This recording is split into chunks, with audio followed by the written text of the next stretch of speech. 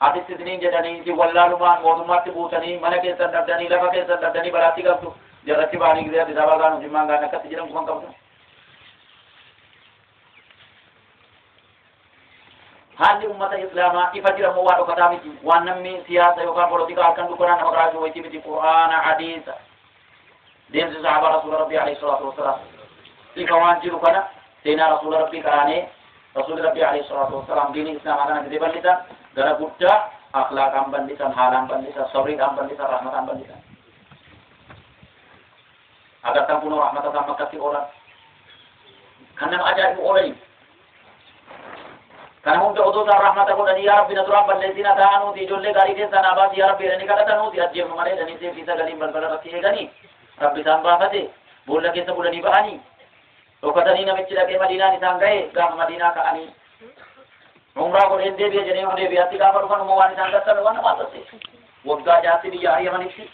makkaa ayyaannee irraa jiraanis waraanni haa dhaabatu jarina waraanun barbaadini ani waraanun jarri kufi ofii qabatanii taabota ofii qabatanii haa taa'an dhaqee kaabaa qawwabeen deebi'a jedhanii sahabaa fudhatanii ba'an sodee biyyaarra ga'anii sodee biyyaa min huduudil haram jedhanii Imaamu Shaafi'iin daarii haramaa keessa ga'anii ka'anii in ta'uu dhabdi nuti eeyyamnu malee dhuftee kaabaa keessatti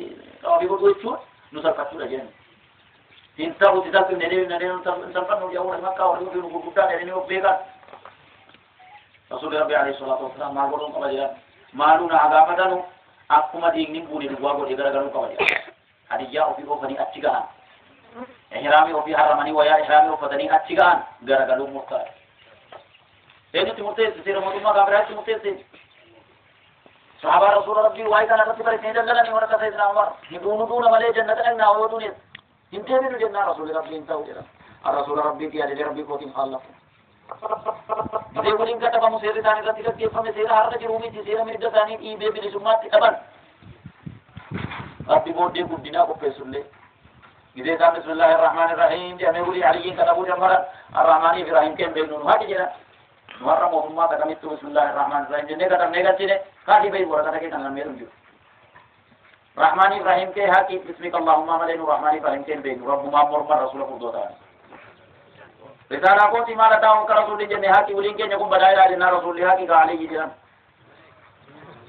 maa saalaha alayhi Muhammadun Rasulullah sulhi Muhammad rasuula rabbii ta'e warra makkaatiin irratti walii gale jennaan rasuulummaa kee otoo beekne yoomsi ariina turre rasuulummaa kee wallaallee si morminee si rukudnee waraana wanti nu sitti bannee fi rasuulummaan qabu si jenneeti miti rasuulullah warra kana kanarraa haqamu malee jedheen Suhayl ibn Amri Ali ibn Abi Talib na kuwena naarani إني رسول الله يا رسول الله عليه الصلاة والسلام رغم الرسول ربيتي يتم مرمتن الله حقي عليه جنان عليه جنان نتكتي في جنان تكايني لالني رسول الله كني محمد بن عبد الله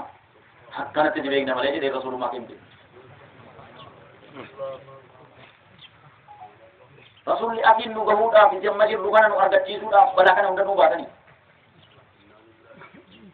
إذا كان كتبني كان مو مچار شر نمينو كيسا أسلمه كرجيرو في أدا كبه هركامي لهي تينو كني رجاني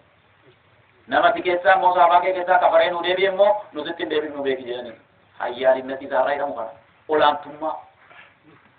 Karaa walii keessa irra odoo jedhan illee ta'u kan keen deebi'u nu jedhan kan keenya nu deebifta jedhani. Rasuulli rabbii kadhatanii ka'anii didamee seera kana irratti didanii jennaan ishii jedhani. Nama koo keessaa kafaree rabbitti itti fide sila rabbitti inneessee rabbitti inneenya ta'uu busee egaa kufritti deebi'uun asallamanii ka'anii kufritti deebi'uun yeroo isaati jedha.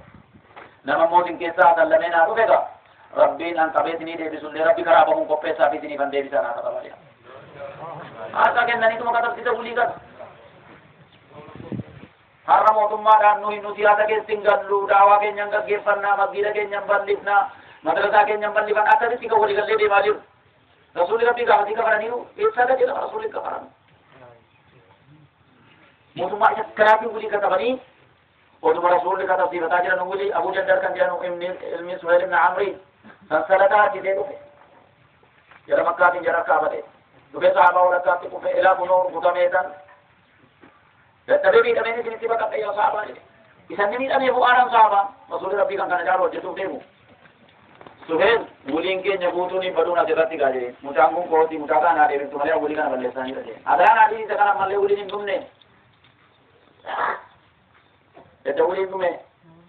Siifan deebisa isa kana naadii jiyanii sassarataa hin dhume dhufedha. Inti dhufe kabalu jamari di tu jamari masadi akamatan langka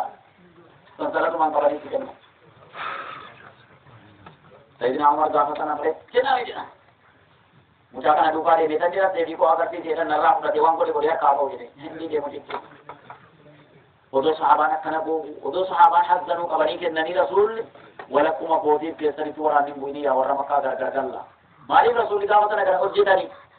wala tira baha tu de kata warna kara hekal maqtufa rasul rabbi gafatan na matul na dai ruse mari rabbi gudina ti tamba ta jina baje malik jenna rabbi bote aya kana bu aya bu se tangam macide inna fatahna laka fathan mubina liyaghfira laka Allah ma taqaddama min dhanbika wa ma ta'akhkhar wa yutimma ni'matahu 'alayka wa yahdiyaka siratan mustaqima wa yansuraka Allah nasran 'aziza kana bu se rabbi ya Muhammad fatini ko denjira baje isma kana tinna me mojan se dinawar